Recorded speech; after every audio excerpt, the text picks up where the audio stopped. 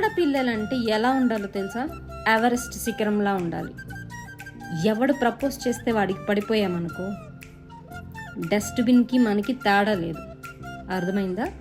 అందుకే ఈ లవ్ అనే దాంట్లోకి వెళ్ళకుండా తలెత్తుకొని ఝాన్సీ లక్ష్మీబాయి లాగా అంత ప్రౌడ్ఫుల్గా ఉండాలి మనం.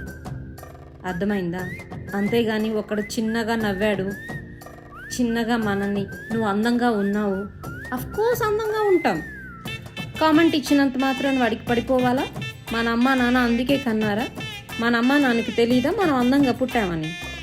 వాడు కాంప్లిమెంట్ ఇస్తేనే తెలిసిందా నీకు నువ్వు అందంగా ఉన్నావని? ఈ విషయం ఎందుకు చెప్తున్నాను తెలుసా?